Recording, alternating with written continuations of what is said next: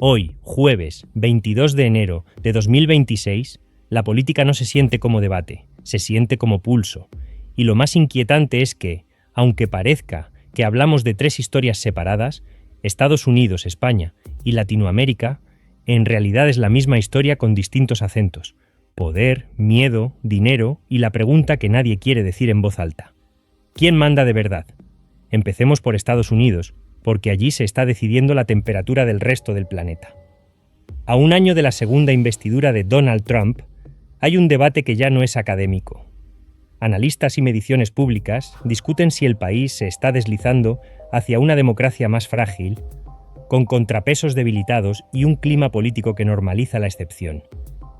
The Guardian recoge esa alarma con la idea de que los controles institucionales están más tensos que nunca y que las midterms se vuelven una prueba de fuego.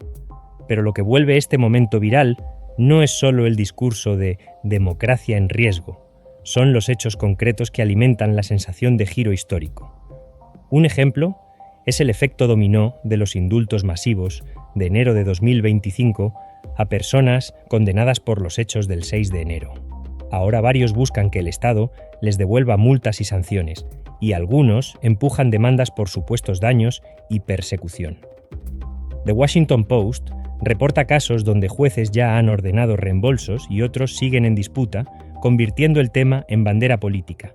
Y por si faltaba combustible, hay una guerra silenciosa por el control del futuro, la pelea por la regulación de la inteligencia artificial. Wired cuenta que super PACs pro IA, financiados por grandes nombres del ecosistema tecnológico, están gastando millones con la mira puesta en las elecciones de mitad de mandato. El objetivo es frenar un mosaico de leyes estatales y empujar un marco federal más favorable a la industria, con el argumento de que, si regulas demasiado, China toma ventaja. Y aquí entra la geopolítica. En foros como Davos, el ruido alrededor de Washington está generando conversaciones sobre alianzas de potencias medias, un intento de países europeos y Canadá de coordinarse para no quedar atrapados entre un Estados Unidos impredecible y los rivales estratégicos del sistema. Al Jazeera resume ese clima con una frase que se repite como escalofrío: sensación de ruptura del orden mundial. Y ese murmullo tiene una razón. En Europa crece la idea de que, si no se coordinan, quedarán atrapados entre decisiones estadounidenses imprevisibles y presiones de otros bloques. The Guardian describe esa conversación como un intento de potencias medias por armar un frente liberal en medio del desorden. Ahora cambia de escena. España. Porque mientras Estados Unidos tensiona el sistema desde arriba, España lo hace desde el centro, con la palabra que se repite como martillo: corrupción. La oposición aprieta, la calle se activa y el gobierno intenta resistir sin dar la imagen de estar acorralado. En los últimos meses han reaparecido protestas multitudinarias contra el Ejecutivo. Y aunque las cifras varían según quien las cuente, el mensaje es claro: el país está dividido y la política dejó de ser trámite. Se volvió identidad, bando y sospecha. Y el golpe que más se viraliza cuando la gente habla de instituciones, la renuncia del fiscal general del Estado, Álvaro García Ortiz, tras una condena del Supremo por filtración de información confidencial. Euronews lo presenta como un episodio que sacude al sistema y golpea la confianza pública, porque cuando la justicia entra en sospecha, la discusión deja de ser qué hizo y pasa a ser quién controla a quién.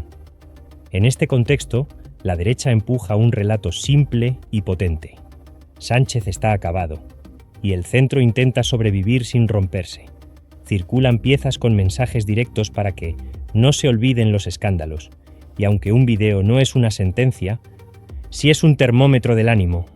La gente no está buscando un paper, está buscando confirmación emocional.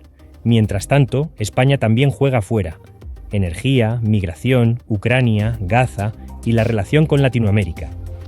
Y cuando un gobierno tambalea en casa, su política exterior también pierde margen, porque todo se negocia desde la debilidad. Y ahora llegamos a Latinoamérica, el territorio donde la política suele sentirse más física: inflación en el bolsillo, seguridad en la calle, Estado como promesa y amenaza al mismo tiempo. Aquí el hoy se mueve en varios frentes, pero hay un hilo conductor: gobiernos presionados por economía, legitimidad y control territorial. Argentina sigue siendo el laboratorio. Javier Milei insiste en acelerar reformas y, según Buenos Aires Herald, convocó sesiones extraordinarias en febrero para empujar proyectos clave, incluida una reforma laboral. Eso significa que el conflicto no se enfría, se recalienta. Y Reuters ya venía reportando protestas sindicales contra esa reforma, porque en Argentina cada empujón legislativo se convierte en pulso en la calle. El mensaje de Milei es velocidad. La respuesta social es freno. Y en esa fricción se juega algo más grande que una ley. Se juega quién paga el costo del ajuste y quién se queda con la narrativa del cambio. Colombia muestra otra cara de la tensión: el presupuesto y la gobernabilidad. Associated Press informó que el presidente Gustavo Petro impulsó un recorte del 30% al salario de congresistas como medida de austeridad, en un contexto de debate fiscal y choque político. Para algunos es justicia simbólica. Para otros, una maniobra para presionar a un Congreso que frena reformas. Y en paralelo, el país no suelta su pasado. The Guardian reportó una condena contundente contra el exjefe paramilitar Salvatore Mancuso por crímenes contra comunidades indígenas, recordando que en Colombia el poder no solo se disputa en el Congreso, también en la memoria y en la justicia. En el norte de Sudamérica, Ecuador lanza una señal dura. Reuters reporta que impondrá un arancel del 30% a bienes colombianos desde febrero, citando déficit comercial y reclamos por cooperación contra narcotráfico y minería ilegal. Esto es geopolítica regional en versión cruda. Comercio como palanca, seguridad como argumento y frontera como tablero de presión.